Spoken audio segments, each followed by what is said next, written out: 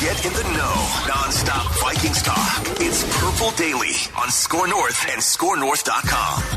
And I tell you guys I love you. I mean it. From the bottom of my heart. I will ride with this group until they don't want to play anymore. Yeah, welcome in. Daily Vikings entertainment. Purple Daily, where we just want the Vikings to win a dang Super Bowl at some point before we die. This is the place to be for daily training camp discussions, Judd's camp notes, or maybe Macadac's camp notes tomorrow. Really? Huh? What are we talking about there? Old Macadac's going to be showing up to training camp today with a notebook.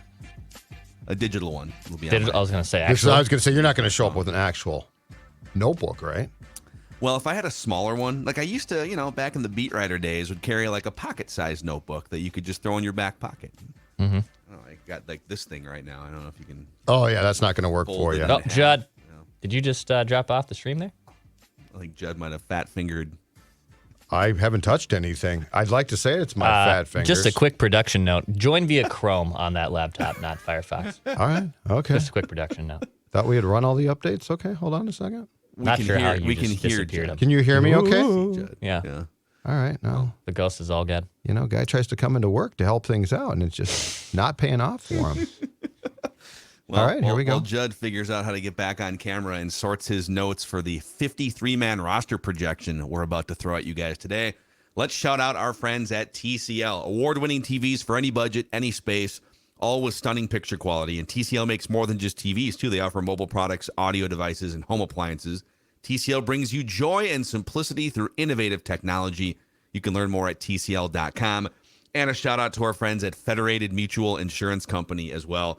Federated is like having a great offensive line for your business, protecting, looking out on the horizon at various risks. They bring 100 years of expertise and experience, face-to-face relationships to your business. You can find out if your industry matches the ones that they specialize in at federatedinsurance.com, where it's our business to protect yours. All right. Here he is. He's coming in. Drum roll, ladies and gentlemen. Yes, I figured it all out. Here he comes. It really wasn't that hard. Dad. Sports Dad. Let's see if we see Sports Dad. The Chief Technical Officer of Score North. Hey, we're back Judd. for now. We're back for now, ladies and gentlemen. It's a good omen when you're doing a 53-man roster and you get cut before even the thing starts. That's always also a good thing, that's too. A nice surprise surprise cut. I like that, Declan. That's very good. I didn't put two and two together. Is the company trying to tell me something? Yeah. Well, there'll be a lot of people happy, I think. Well, and you'd be a coveted free agent, too. You'd have options, I feel like. Is he frozen? If that happened. He's definitely frozen again. Did I free it? No, I'm back now. There we go. All right. Well, for the audio audience, this is a pure We are off and running. Here. For the video audience, Judd's going to be choppy apparently. But Judd, how do you want to start this? So you've done the homework. You've seen the first handful of days at camp. Correct. And you've taken a stab at a 53-man roster projection. So take us wherever you want here. Okay, so this is going to be, I think this is the first of what we should do this, I would say, 3 times? Halfway through camp and then again towards the end of camp. Now here's the difference. Just so everyone is aware, for the first time ever, all the cuts, the 90 to 53 is going to be done in one day. Now the Vikings will obviously teams will probably start to shed some guys from their roster, but there's no initial cut and then another cut. We are now down to one fell swoop. So if I did this twice more, slaughter. Exactly. And if I did this, a couple more times, it would probably be fair because there's going to be things that change. There's going to be perceptions, especially after the joint practices and preseason games as well. So right now what I've done is I put together a preliminary 53 from, as you said, a few days of non-padded practices. So let's be very clear here. The pads come on today, and I think they really get added a little bit more tomorrow. So we're going to find out who the men are at that point. But this is more of a skills competition that I put together. 25 players on offense, 25 players on defense, and, of course, 3 special teamers. Oh, boy, I'm excited for that one. So let's start on the where the bread is buttered for Kevin O'Connell and his 2023 Vikings. That would be on the offensive side, okay? Mm-hmm. I would not say, just to be fair here, I would not say that I have any shocking cuts, but I have redone some of the numbers, the math on roster spots from last year. So let's start at quarterback, where last year the Vikings kept 2 quarterbacks going in the season, Kirk Cousins, Nick Mullins, okay? This year, I predict right now, they're going to keep 3. And I have a reason that goes beyond Jaren Hall being a 5th-round pick, who I think might get picked up if they try and sneak him onto the practice squad. But I've got Cousins being kept, Nick Mullins being kept, Jaren Hall. And I'll explain the Hall move because I think it's important to recall that when the owners met in Eagan back in May, they reinstituted a new emergency quarterback rule. Yeah. So, but that quarterback has to be on the 53-man roster. He can't be elevated on Saturday night as an emergency active.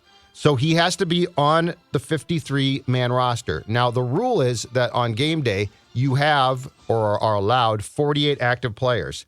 The emergency QB does not count against that list. But in what should be known as the Brock Purdy rule, if your quarterbacks get hurt or one gets hurt and one gets ejected, the emergency QB, in this case, Jaren Hall, can come in. So I think between those two things that the Vikings are going to have, especially with a head coach who had a key role in drafting Jaren Hall, you guys, I think with those two things, it makes a lot of sense that Jaren Hall makes the 53 and is one of 3 quarterbacks instead of 2 last year. Yep. And if you're him too and you're trying to develop and the Vikings are, it's good to have him. Well, you could technically try to sneak him onto a practice squad, if you weren't worried about the emergency quarterback thing, but you wanted to keep him in the room and keep him. But, 5th round quarterbacks, it's quarterback starved league, right? There's no guarantee that you'd be able to send him through waivers. So this seems like a win-win for everyone. Jaren Hall gets to develop behind a couple of veterans, Kirk Cousins and Nick Mullins, and then the Vikings, if they need to, could activate him in an emergency situation. Yes. So, and Phil, we go back to the camp when Brad Childress, who was hired here as a QB guy. Now, he was obviously not what O'Connell appears to be, but we go back to the camp when, in a joint practice, the Chiefs saw Tyler Thigpen and decided to scoop him up. And if I'm not mistaken, Tyler Thigpen was like a 7th-round pick. Mm-hmm. So that's the one danger of the joint practices against the Titans and Cardinals is if Jaren Hall looks good, a team like the Titans could say, well, we saw him for 2 joint practices and a preseason game. It's worth a flyer. So I think that there is probably incentive there for Jaren Hall to make the 53-man roster, even though he ideally won't have to play. Or maybe you have him tank the joint practice. Hey, Jaren, we're going to need you to... You sabotage him with some wrong play calls. Hey, so we're going to run this play, but hey, don't do anything. Wide receiver, run the wrong route. What's that conversation? Hey, you don't Jaren. have to tell. No, you don't have to tell him. You tell. Okay. You just tell Jalen Naylor. Hey, I'm going to need you to run the wrong route here, real quick. You'll make the roster if you screw up this route. We're trying to keep his value down. All right. So quarterbacks 3. Yes. On to running backs. Last year, this team kept 5, including fullback, our guy, CJ Ham. We're counting fullbacks in this group? Yes, we are. Yep. Offensive backfield, I guess it'd be fair to call it. Okay. I am dropping that because I'm keeping an extra quarterback. I am dropping that from 5 to 4. Wow. Alexander Madison, obviously. Ty Chandler, Kene Nwangwu, CJ Ham, and I'm trying to sneak Dwayne McBride, who with the perceived value of running backs, I think is a lot less likely to be signed, especially with the market completely flooded with more than 1,000 free agents in one day. Yeah, I'm trying to and calling right now Dwayne McBride, the on the bubble guy, who I think they try to get through to the, I think it is a 16-man practice squad. Interesting here because Kwesi did say at his post-draft press conference that they had a starter grade on Dwayne McBride. So would you? Now, not necessarily this year, right? When you say that about a draft pick, it might mean like a projected starter grade when he's ready in 2 years or something. Yes. But would you risk letting another team swoop in and grab him if you think he's a starting running back in the NFL. But they might say the same thing about Ty Chandler, who was a higher draft pick than McBride, right? Certainly they think Alexander Madison's a starter, and he's only 25. Yep. So just kind of an interesting dynamic there. I agree. CJ Ham seems like Wongwu's the one that's the most fascinating because we know he can return kicks, but the NFL continues to try and marginalize that. You're only going to average like 1.5 actual kick returns a game, but he's been getting run with the offense during these offseason camps and workouts. So yes, and still, it is clearly a competition that I can't tell right now. If you were to try to do a depth chart, I can't tell who's behind Madison right now. Like, the carries are being dispersed, especially with Chandler and Wongwu. So I've seen nothing, because at the end of last year, I would have said Wongwu might be in trouble because of what you talked about with kick returns, Phil.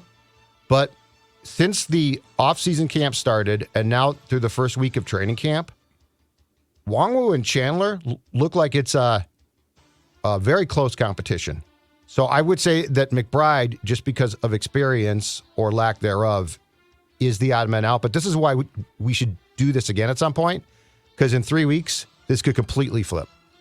Yeah, this is the one that it's like musical chairs. One of the ones to keep an eye on here. Okay, so we got 7 guys on the roster here.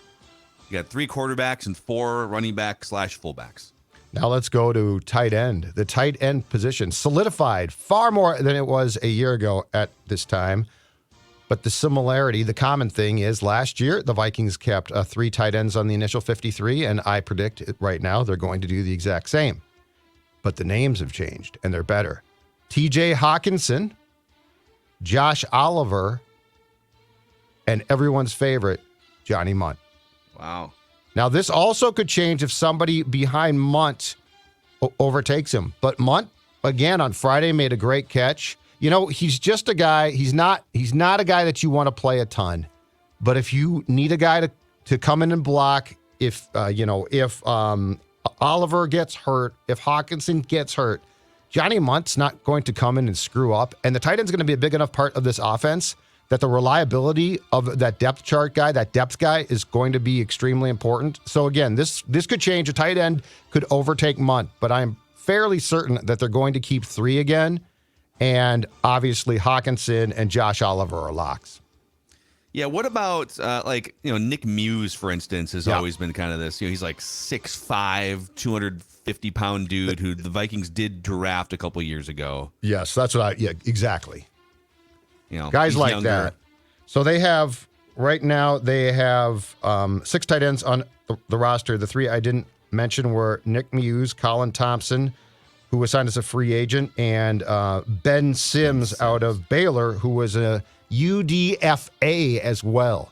So it's quite possible that one of those 3 could challenge Munt, but I'm pretty confident that they're going to keep 3 and not 4. So Munt is the bar. He's like the 53rd guy. Or he's at the bar right now. We're not quite sure, but yes, he is the bar.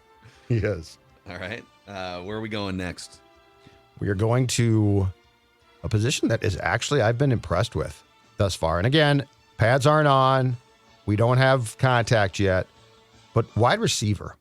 Okay. Wide receiver, where I've been impressed. They have the best one in the NFL. Of course you're. No, below him. I'm saying the depth. The depth of the guys that they have brought in seems to be pretty solid. So last year they kept 5. I think they do the exact same thing. Justin Jefferson, KJ Osborne, Jordan Addison are locks. So that's 3 right there. Right now, I'm going Jalen Reagor, Jalen Naylor, but Brandon Powell, who came from the Rams and knows the O'Connell thought process and system pretty damn well, is my on the bubble guy. And Reagor and Naylor are going to have to earn jobs. Naylor suffered a leg injury on the first day of camp and hasn't practiced since. We're recording this before the Monday practice, so we don't know what's going to take place on Monday. But my 2 guys that are right now on the roster, but there's probably room for conversation here, are the Jalens, Reagor and Naylor. And Brandon Powell could have the opportunity, because I could see him being the punt return guy. Yeah. Brandon Powell could have the opportunity to overtake one of those players. 5'8", Brandon Powell. That's man, that's so small. But Yep. what about my guy Lucky Jackson, who's been Look good. He's a 26-year-old rookie. Now you're coming around. You see, now you're seeing the depth. Yes, he's looked good. Was it the XFL or the USFL, or he carved up one of those leagues? Yes, one of them. And I think it was the XFL. Yes, it was the XFL.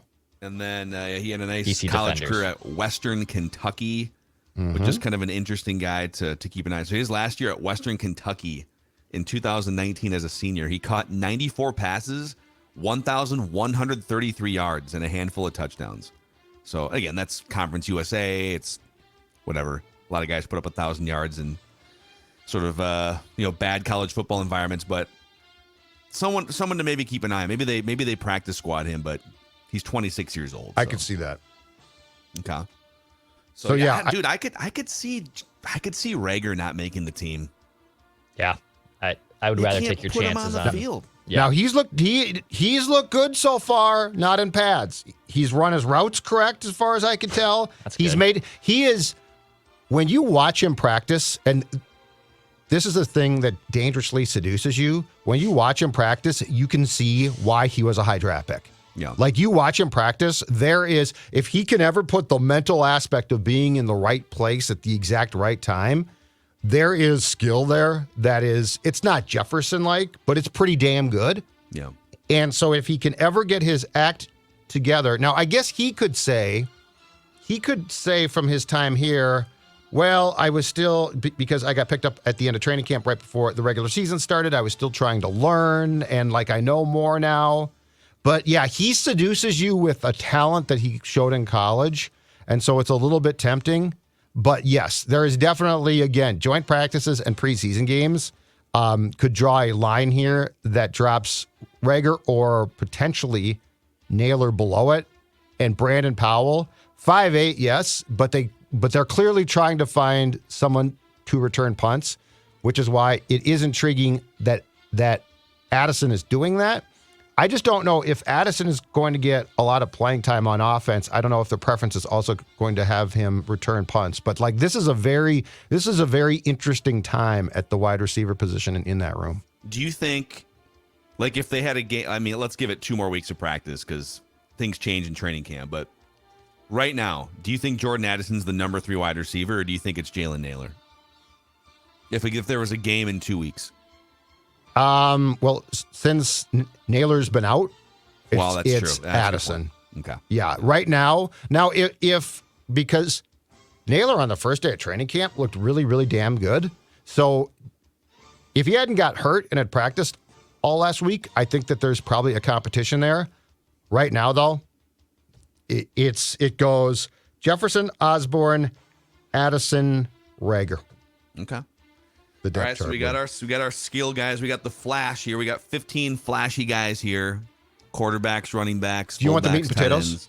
You We need want the someone meat? up front. Yep, need some guys up front. Oh, here we go. Okay. This is where we get in the trenches, Let's go. where our friend Alex Boone begins salivating Oh, and blowing snot out his nose on cold days in Green Bay, where Mark Schlereth used to pee down his own pants before games. That's disgusting. To intimidate teams. That's so disgusting. This is the offensive line, Declan Goff. That's so disgusting.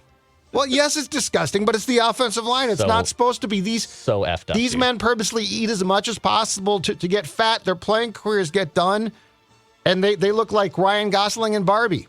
All right. can you imagine? By the way, Barbie, we saw that last night. Judd, you saw it yesterday. Yeah. All right, it's pretty. Yeah, it's corny, but I'm here for it. I'm here. Yeah. For it. Yeah, it was fine. It was good. People are getting all bent out of shape. Like, it's political. It's like, I don't know. It shines a light on how men have been like running the world for a long time. And this is what it would be like in Barbie Land if women ran the world, and then they look at each other in the mirror at the end of the movie. It's like, Yeah. I don't know. And it makes fun of both sides, Get over too. it. Yeah, it does. 100%. It's a movie. It's Yeah. just a movie. But For I God's will sake. It's say $1 this. billion at the box Yeah. office, too. I It's did insane. get home and Googled Ryan Gosling's diet for Barbie, and it is incredible. I feel like he's had get those that abs ripped? in like every movie for the last Dude, 10 years. Google what the diet was, though. Like, to get those abs, because I don't think he keeps them. It's an incredible, between the things he actually eats and how he does that, and then the 5-day-a-week just hellish workouts. I would think I would drop over and die. Hold on, Left before leg you over get to the your meat and right. potatoes here. All right. Lift your feet. All right, so New York Post. This is what he did to get jacked. He's 42 years old now. Looks great for 42. It's good. Nice. Okay, so no processed foods, obviously. That's a Boo. big one. He did some intermittent fasting, which is, a lot of people do yes. intermittent fasting. I don't know. I thought there was going to be a list of foods. Oh, here, I found a list. There is a list at some point in time. Yeah, it's hilarious. I mean, it's like I would die. Yeah. Like you would find me dead. The stretching is lay on your back Yep. and cross your left leg over your right. Lift your feet and legs straight up as high as you can without bending them. Slowly twist to the left, then the right, then slowly lower your back to the ground, and then continue this for 1 minute. Then repeat with the right leg on top for the following minute. No. That doesn't account only No. eating kale and Yeah. Yes. Yeah. if Exactly. you're looking for maybe a less ridiculous way to lose some weight, how about Livia instead? That might be more reasonable. I'm glad you mentioned that. You know why? Because that is, you're exactly right, realistic. That is a goal that you can start with. And look at the guy. Look at the guy on the left. Look at the guy on the right. Sports dad, both. You got that right. And that is because of my friends Livia Weight Control Centers, who helped me drop 40 pounds. This is a couple of years ago now.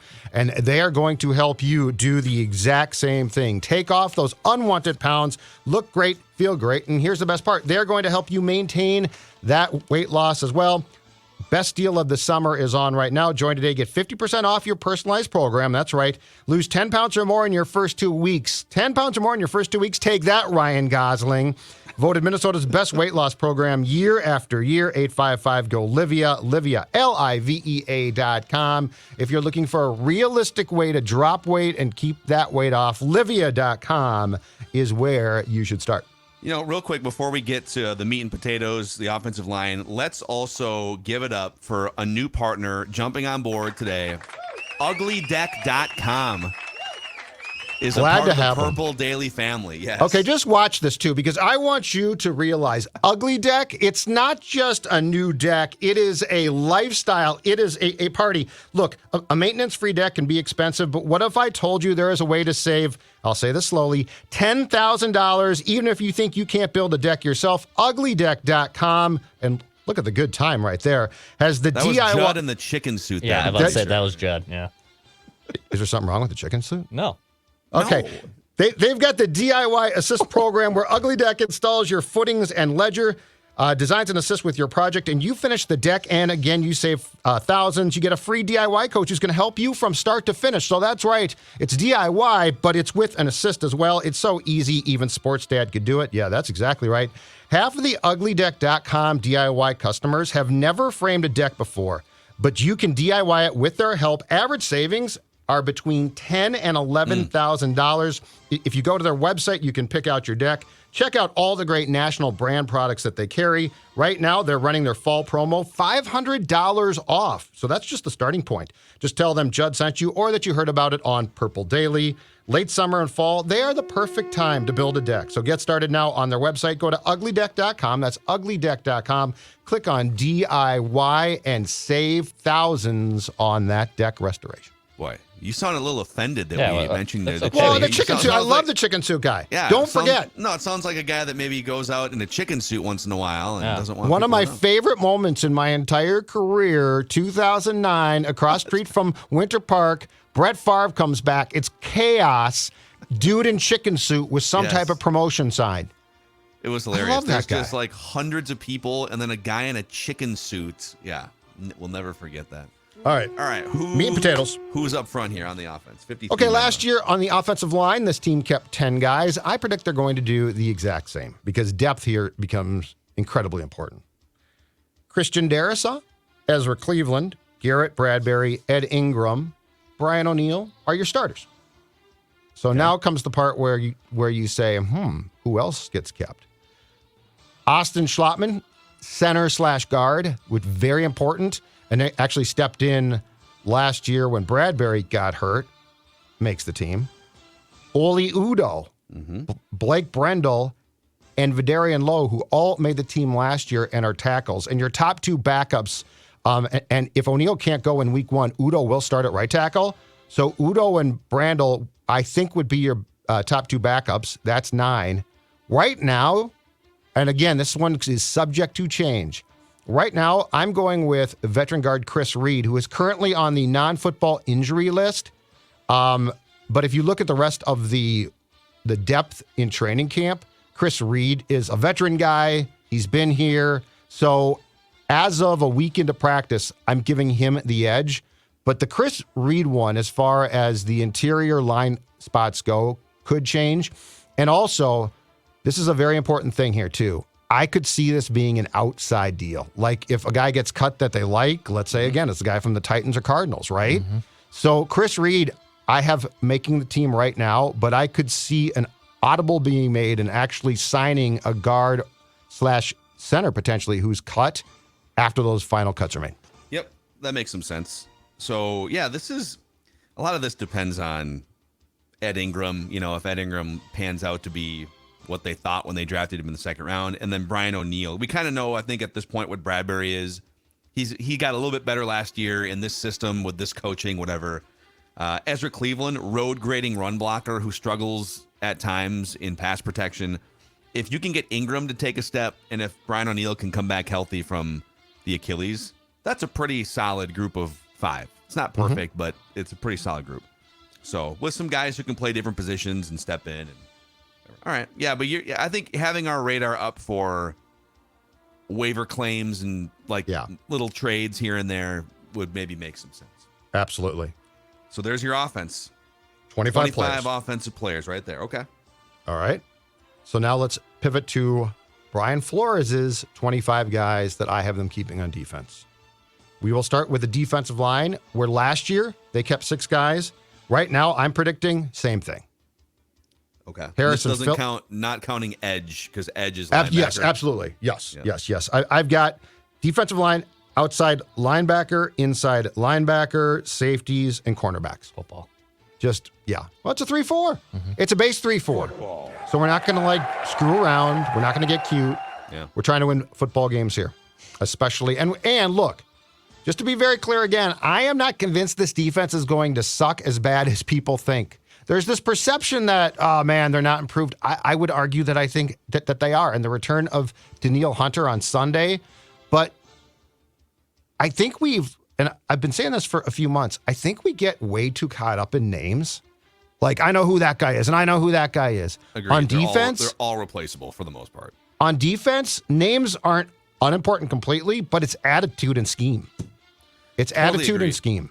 And when you say goodbye to a 31-year-old or 30-year-old Eric Kendricks, he is super replaceable in terms of on the field abilities and whatnot. Now, leadership, you got to watch out for you. Yep. They lost a lot of leaders in that room, so I would be a little careful on that front. But they still have leaders. Harrison Smith is still on this team. So, yes, and Brian Flores is probably going to be a better leader of the whole thing than Ed Donatel was. Well, yes, he will be. You would be, Phil. I wouldn't go if you took over that defense today, not knowing a tenth of what Ed knows or Brian knows, I think that you would be an improvement on Ed. You know what we're going to do today? We're going to bitch about the Twins. That's what we're going to do today. We're going to use our strengths and blitz once in a while and not play a variation of the Tampa 2 that I'm blowing smoke up the head coach's butt and telling him is the Vic Fangio scheme. Here's what we're going to do, everyone. We're going to complain about Kirk Cousins. Yeah, we're going to be Kirk Cousins haters because I'm the coach now. All right, Harrison Phillips. Yep.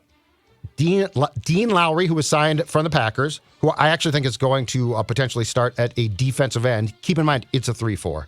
Yep. Kyrie's Tonga, James Lynch, Jonathan Bullard, okay, Usezi Otamu. Okay. Very similar to last year, obviously minus Dalvin Tomlinson. Yep. Interesting. And now, Tonga was really good in a small sample size last year. Do you have any sort of word on him? He kind of came out of nowhere. PFF loved him last year. He showed up, made a couple plays. He's going to get substantial play. Yeah. No, I think he's going to be I think Tonga is going to, if I'm right about this, be one of the primary replacements for Dalvin Tomlinson. Yeah. But, Yeah, you know, that's, the good thing here is it's sort of a rotation as well. So if he's awesome, that's great. If he's not, you probably just create more rotational opportunities. But yeah, Tonga definitely has earned a chance through what he did last season to get more playing time this year. one name that was missing is the rookie from LSU, Jaquelin Roy. And that might be, that's one where I would say that there is a chance that he is going to knock off one of the guys at the bottom of this list. I just need to see more. It's a 5th rounder. Yeah. I think there's a good chance. So what was Otamu? Let me see here. Also, they traded, what did they trade for Ross Blacklock a year ago? I think he's going to get cut. I think he's a bust. Yeah. I think it was like a 7th round. Yeah, but I think he's just a bust. Just swallow hard, say, we screwed up. Yeah, he was didn't a do former, anything. 2nd round pick out of college, but yeah. You know, it is what it is. No, I don't think he's going to work. So Otamu, Phil, was a 5th round pick in 2022. Yep. And Jaquelin Roy was a 5th round pick in 23. Yep. So that's going to be neck and neck. Bullard made the team out of training camp as well last year. He was a free agent in 22. So it's not going to be entirely surprising if, again, one of those guys at the bottom of the depth chart I just read or at the list I just read gets cut in favor of Roy. But that's one where, without the pads on, it's really hard to know exactly how guys are doing. This is definitely, I know we can sit here and, we can put a shine on any of these guys. Harrison Phillips is a really good player. Harrison Phillips, just kind of knowing the Buffalo Bills cadence too, is the main reason why Josh Allen fumbled that snap on the doorstep of the goal line and the Vikings won that game. Just a good, smart, solid player.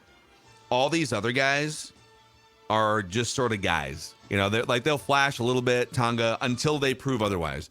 Is it fair to say that this is one of the most questionable positions on the field for the Vikings? Yes. The non-edge rushing defensive lineman. Huge, because we also don't know at this point exactly what Flores is looking for there. Yeah. Like, he's not looking for the same things Easy Ed was. Yeah. But I do think it's going to be difficult because until we see them actually in padded practices, it's hard to know. But I think Phillips is a lock. I think Tonga's a lock. I think Lowry, who they signed as a free agent from the Packers, is probably a lock. James Lynch they like. So I guess if Jaquelin Roy is going to beat out one of two guys, it's probably Bullard or Otamu. Yeah. All right. What's next on our 53? Outside we have, linebackers. 6 defensive players here. OLBs, and we're now going to get into a very interesting portion of the program because my numbers of guys that I predict they're going to keep are changing because I think Flores is going to have different priorities. So it was easier to do the offense because you sort of know what KOC's priorities are. Mm-hmm. So they were going to stick. They're probably going to stick pretty close to a construction on numbers that they did a year ago for the final 53. This one's going to change, I think, because I think there's going to be a different emphasis put on certain positions that's going to cause a shift in how they keep guys. Mm-hmm. All right. Outside linebackers, OLBs. Last year they kept 5. This year I'm predicting that they keep 6. Wow. Danielle Hunter, Marcus Davenport, DJ Wadham, Patrick Jones II, Luigi Villain, who we talked about last week, and this is another one subject to change, but Andre Carter II. Yeah, So, there he is. That's our guy. Bear with me here. He's on the PUP right now with a soft tissue injury, but he's supposed to be off here soon. He received $300,000 as a UDFA from Army, guaranteed, and a $40,000 signing bonus. I don't think you make that commitment and then just cut him. You might, but that's a lot. So the Vikings definitely invested heavily in the undrafted free agent market back in April.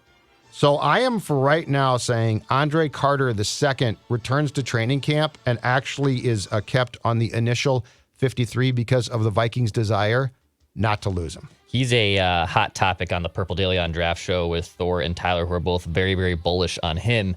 And because of his Army training, I mean, when you're training for the Army and you're doing more cardio than you are lifting and a lot more power stuff, it's a project. Like, they view him as a project. That's what Thor and Tyler say, too. It's not a lock he makes the roster. I'm with Judd that if you're going to pay him all this guaranteed money to basically almost make it, it'd be kind of foolish to then just put him on the practice squad if someone else can claim him. But there's clearly something in here that the Vikings brass want to take a chance on and develop and build. And I think once he gets off this pup list, hopefully sooner rather than later, he'll be able to flash enough that he's probably going to make this roster. Yeah. Yeah, he is. He's a guy that was going like second round in some mock roundups too. Now, that's not to say that like the mockosphere was right and everything else was wrong. I mean, ultimately he was undrafted, right? So, but there's some major potential there.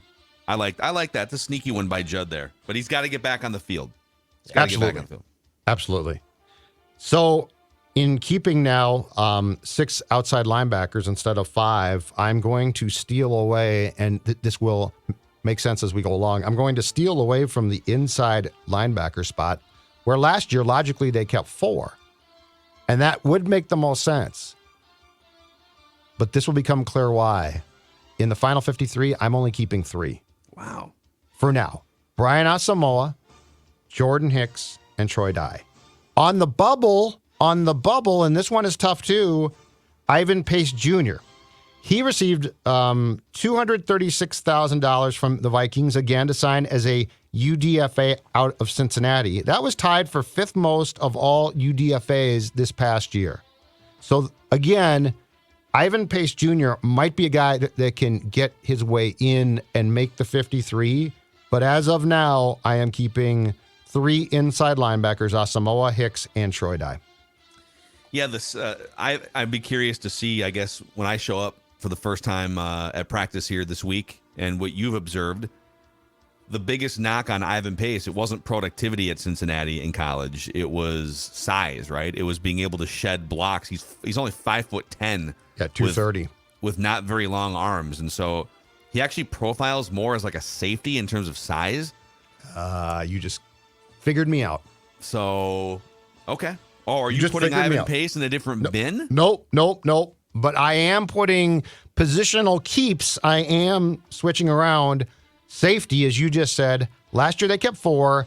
This year they keep 5 because it's my contention that the outside linebackers and safeties are going to be more, I'm sorry, that the linebackers and safeties are going to be more interchangeable than ever as far as who's on the field when. Don't forget, I think there's going to be a heavy emphasis, as we discussed last week, put on the big nickel. Yeah. Yeah. All right.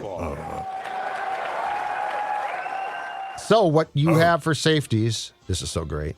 Harrison Smith, obviously. Cam Bynum. Josh Metellus, who is starring as the big nickel. Yeah.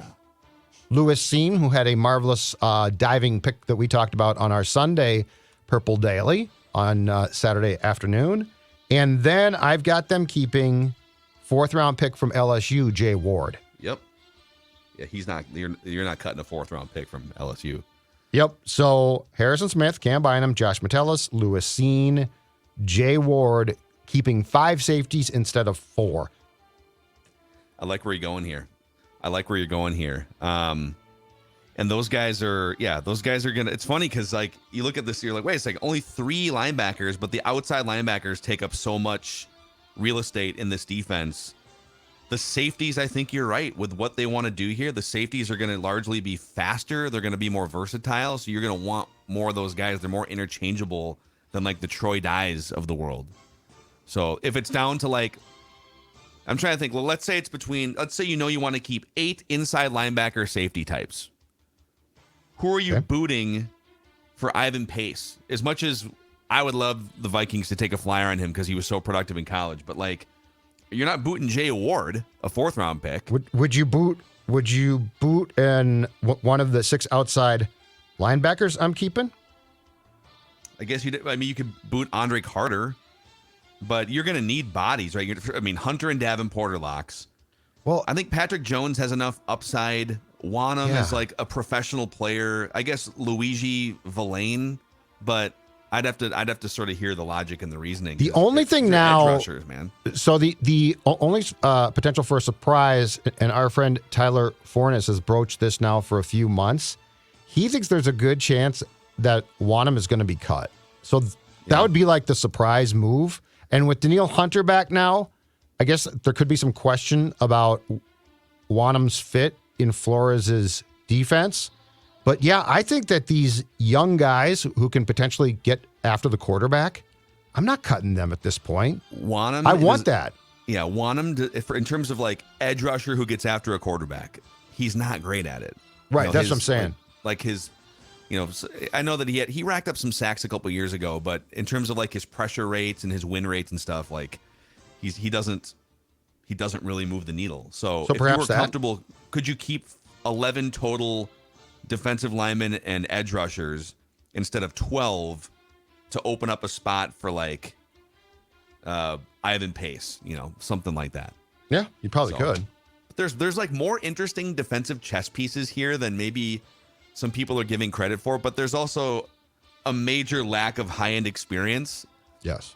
We kind of talked about this last week too. It's like you could make one case that, wow, there's a lot of really interesting guys. Even some of these rookies like Jay Ward, it's really interesting. Jaquelin Roy, who you have not even on here right now. Like there's some interesting guys here, but in terms of high-end experience on defense, Hunter, Davenport, kind of, but he's an unfinished product. Harrison Smith, yes. Jordan Hicks is the only linebacker with real, actual starting experience. We're putting a lot on Asamoah. That's another thing. When you only keep 3 inside linebackers, we're putting so much stock in the Brian Asamoah is going to be good bin, and we don't really know for sure. The first 4 days of practice or so, though, have shown so far that I think there's going to be more put on Jordan Hicks than we thought. Like, Hicks is on a lot, and so now Asamoah intrigues me a lot because of his speed and athletic ability, but Flores is clearly going to value Hicks's smarts. Yeah. And I guess if you are able to coach him and put him in the right position, Hicks, it's going to help, especially in the run game. But yeah, until we start to see actual competition, it's really hard to know what Flores exactly is going to value and who he wants to take a long look at. Like, I think in the 3 preseason games, in fairness, they're not going to reveal much, if anything, about the scheme, right? It's going to be as blah, because that's how you go about your business, because you don't want to put things on tape. So that's fine. But I think he's going to have at least a little bit of a tell in who gets playing time. Yeah. Because to your point, Phil, there's a lot of young guys here, and clearly the 2 joint practices and the 3 preseason games are going to give that group of guys a chance to stand out. And unlike a guy like Harrison Smith or Hunter, you're not going to protect them necessarily. So yeah, this is one of the most interesting, like, among my reasons for excitement about this season and the Vikings is this. Defensively, yeah, it could be bad, but I think that there's a chance it's not. And if it's not, it's going to be so interesting to watch how things unfold. Yep. And unlike some of the previous years, there's not a lot of positions where you're just kind of like last year, they were kind of stuck with Kendricks and Hicks because those are veteran, highly paid linebackers. Or you got Patrick Peterson. You're kind of, and Pat P was actually pretty good last year and had some big time interceptions, but you were stuck with like 6 highly paid, highly statured veterans. And at least with this group, guilt-free, you can be like, oh, okay, Caleb Evans isn't really working. Let's move Joe Juan Williams in, which now I'm segueing into your next category, yes, which is cornerbacks. But yeah. And so again, I played with the arithmetic here last year. Not surprisingly, coming out of training camp in the initial 53, they kept 6 corners. I've got them keeping 5. Yep. This time. Byron Murphy Jr. is a lock. Caleb Evans appears to be a lock, and it looks like he's going to start in the base defense. You just mentioned this man's name, but Joanne Williams signed as a free agent from the Patriots, and a guy that didn't play all of last season because of a shoulder injury in the first 4 days of training camp is in a starting job in the nickel defense when Byron Murphy Jr. moves inside. Now that's the normal nickel defense because he comes off in the big nickel for Josh Metellus. And then I've got them also keeping Mekhi Blackman, who I think they do like a lot, and Andrew Booth Jr., who I can't decide where things stand, but I don't think that's going to get in the way of him making the final 53. Yep. There it is. Wow. 25 and 25. I guess any surprise special teams No. cuts No, here? no. We got our okay. Greg Joseph, Ryan Wright, and Okay. Dupala at long snapper. We have a kicking competition, though, right? That is confirmed? Yeah, actually, was it on Friday or Saturday? Saturday, Joseph went 7 of 7, and the Georgia kid, Podlesny, is that correct? Yeah. Jack Podlesny. Was 3 of 3. Jack. So we do have, and I would dismiss it as being a joke, but, keep in mind, last year, punter, we all said, Ryan Wright's a camp leg. He ain't going to make this team. And he did. So I guess based on the precedent that was set with that, I can't completely dismiss the fact that Podlesny might have a chance here. But I think it's definitely Greg Joseph's job to lose. Yeah. Wow. Great stuff, Judd. Wonderful work. That's the first iteration. I'll come back of with your more. 53-man roster projection. We're just getting started. They've been in short so far, running some drills, but today is when the scouts really give a sideways glance at who looks good and who looks bad. Yeah. And if you're banged up, maybe you go to Summit Orthopedics. Maybe that's what you try. If you're dealing with some sort of joint pain, whatever it is, knees, shoulders, neck, back, spine, elbows, no referrals needed at Summit Orthopedics. Same-day appointments, and they also have walk-in orthopedic urgent care 7 days a week starting at 8 a.m., 25 locations across the Twin Cities and greater Minnesota. Learn more at summitortho.com. That's summitortho.com. All right. Well, that was great.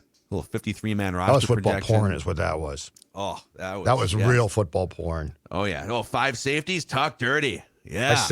I sat down with the roster yesterday right here, started crossing guys off. I mean, I was making career life-changing decisions on a Sunday afternoon. Oh, Jaquelin Roy, you think you're on the team? Well, you're not. You're not yet.